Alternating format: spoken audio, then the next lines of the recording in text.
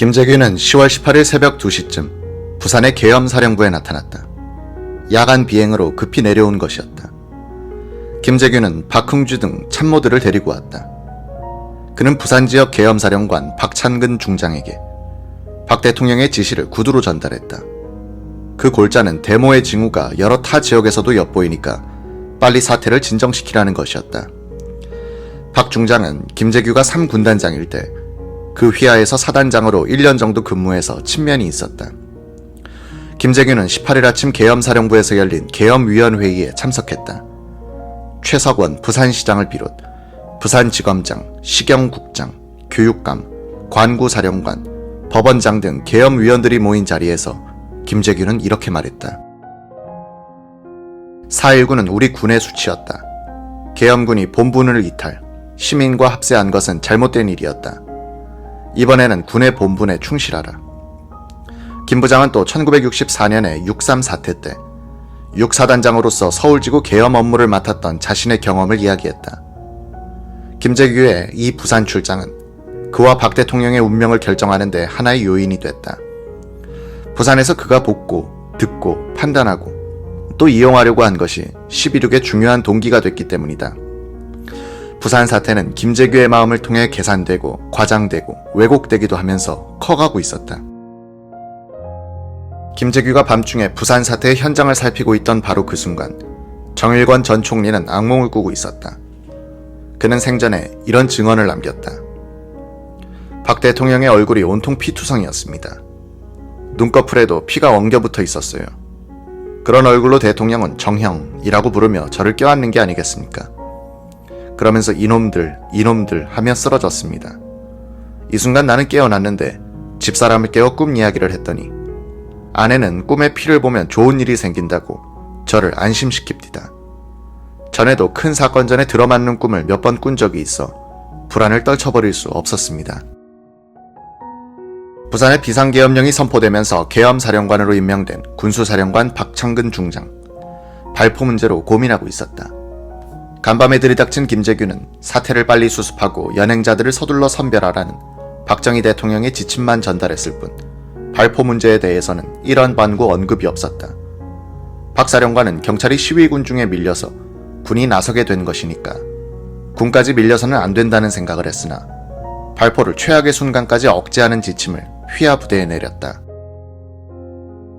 첫째, 사령관의 직접 명령에 의해서만 발포를 할 수 있다. 둘째, 이 직접 명령은 문서를 통해서가 아니라 직접 면담을 통해서 받아야 한다. 급박한 상황에서 전화로 발포 지시를 받아야 할 때는 먼저 사령관의 육성을 확인해야 한다. 정부는 계엄 선포 첫날 신속하게 병력을 투입했다. 18일 새벽에 서울로부터 1개 공수특전 여단이 날아왔고 아침에는 포항으로부터 1개 해병연대가 부산으로 이동했다. 부산의 현지 병력과 합쳐서 계엄군의 규모는 5,500명에 달했다. 19일에 다시 2개 공수여단 병력 3,600명이 추가로 투입됐다. 약 9,100명으로 불어난 군 병력에다가 약 1,800명의 경찰 병력을 더해 총 1,900명의 계엄 병력이 편성됐다. 이들 중 1,500명가량은 휴교에 들어간 10개 대학에 배치됐다. 부산시청, 방송국 등 주요 공공건물 26개소에서 약 6,000명이 경비에 임했고 나머지 3,400명은 기동부대로서 시내를 순찰하는 등의 임무를 맡았다. 박 장군은 계엄군에게 실탄을 지급하지 말도록 지시했다. 최루탄도 소 중대장에게만 주었다. 대모대는 개머리판으로 진압토록 했다. 1개 소대에 경찰관 한두 명을 배치시켰다. 현지 사정에 밝은 경찰관이 대모 군중 속에서 불량배를 지적해주면 그들을 붙잡기 위해서였다. 박 장군은 이번 데모의 원인을 파악하기 위하여 여론조사를 실시하도록 합동수사단에 명령했다. 그는 지게꾼에서 대학 교수까지 각계각층의 여론을 정확히 수집하도록 지시했다. 며칠 뒤 집계 분석된 여론조사의 결과에 따르면 부산 시위의 가장 큰 원인은 경제 침체에 의한 서민, 상인층의 불만으로 나타났다. 다음이 김영삼 의원 제명 뒤 야당 의원들이 낸 의원직 사퇴서에 대해서 여당 측이 선별 수리한다는 보도였다. 석유 파동에 의한 경기 침체와 김영삼 제명이 2대 요인이었다는 얘기다. 18일 오전 10시 간밤에 부산에 온 김재규는 부산대학교에 나타났다. 본관 현관에서 박기채 총장이 그를 맞았다. 김재규는 의례적인 말투로 학생들은 어떻습니까? 라고 물었다. 박 총장이 총장실로 안내하려니까 김 부장은 사실은 우리 부대가 여기 주둔하게 돼서 한번 찾아보고 싶어 왔다면서 수고하십시오 라고 말하곤 군 부대의 지휘부가 들어있는 2층으로 올라갔다. 김 부장은 침착했고 잔말이 통 없었다. 정부가 계엄령 선포 직후 전투력이 가장 뛰어난 공수단과 해병대를 긴급 투입한 것은 부산 사태를 철저하게 진압하겠다는 의지를 보여준 것이었다. 특수훈련을 받고 특수전에 쓰이도록 만들어진 공수부대는 시위자들은 물론이고 일반 시민들에게도 무차별 폭행을 가했다. 이로써 6.25 전쟁 이후 처음으로 일반인들이 군인들에 대한 악감정을 갖게 됐다. 특전사령부나 군지휘부에서는 이 과잉 진압을 성공 사례로 평가하여 1980년 5월 18일 광주에 또 공수단을 투입했다가 유혈 사태를 부른다.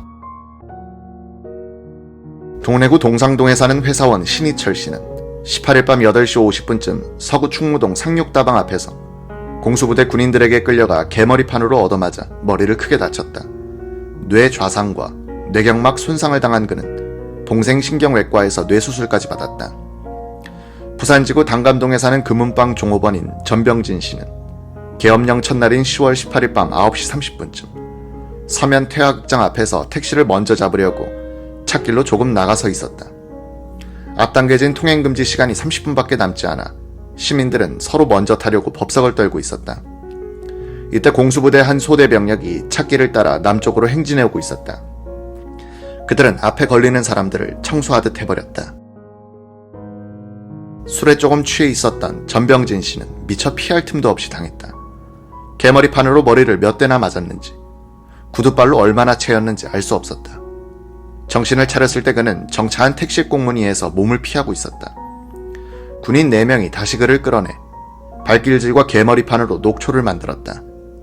그는 쓰러졌다. 군인들이 다 지나갔을 때 그는 벌떡 일어났다. 얼굴에서 피가 쏟아지고 있었다. 갑자기 머리가 핑 돌았다. 지하도를 건너서 한독병원을 찾았다. 한독병원에서는 간단한 응급치료만 해주고 자가용에 태워 당감동 한태일 신경외과로 옮겨다 주었다. 진단을 해보니 앞니빨 5개가 부러졌고 오른쪽 귀 위에 머리뼈에 분쇄골절이 생겼음이 드러났다. 그는 분쇄골절된 부분을 잘라내는 수술과 그 자리에 플라스틱을 대신 끼우는 수술을 2차례 받았다. 공수부대에서 쓰는 곤봉은 야간 전투에 쓰도록 만든 것으로서 경찰관의 그것보다 훨씬 길며 조금 휘어 있어 이슬람 기병들의 환도처럼 생겼다. 시민들은 길바닥에 꿇어 앉혀져 몽둥이질을 당하고 있는 사람들을 못 본 채 하고 지나가는 버릇을 익혀야 했다. 구타를 말리려다가 얻어맞기도 했다. 경찰관들도 안전하지 못했다. 동부경찰서 K경위는 2 형사와 함께 남포동에 나왔다가 공수부대 군인 2명이 한 시민을 개머리판과 발길질로 심하게 때리는 것을 봤다. K경위는 붉은 화가 치밀었다. 몇째 동생 나이밖에 안 되는 그 군인들에게 이러면 안 된다고 타일렀다. 넌 뭐야? 경찰관이다. K경위는 신분증을 보여주었다. 이때 대위 계급장을 단 장교가 오더니 버럭 고함을 질렀다. 경찰 같은 거 쓸데없어. 이 새끼들 조져. 이 명령이 떨어지자 근처에 배치돼 있던 공수부대 사병들 10여 명이 몰려와 새 경찰관을 으슥한 골목으로 끌고 갔다. 주먹과 발길이 어지럽게 오갔다. K경위는 전치 2주의 상처, 형사 1명은 고막을 다쳤다. 군인들에게 맞아 다친 시민들의 80% 이상이 머리에 상처를 입었다.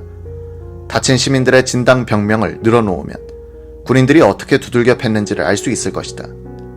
창자 파열, 뇌좌상, 뇌진탕, 전두부 파열상, 후두부 열창, 안면 열창, 안면부 내부 열창, 전신 타박상, 뇌경막 손상,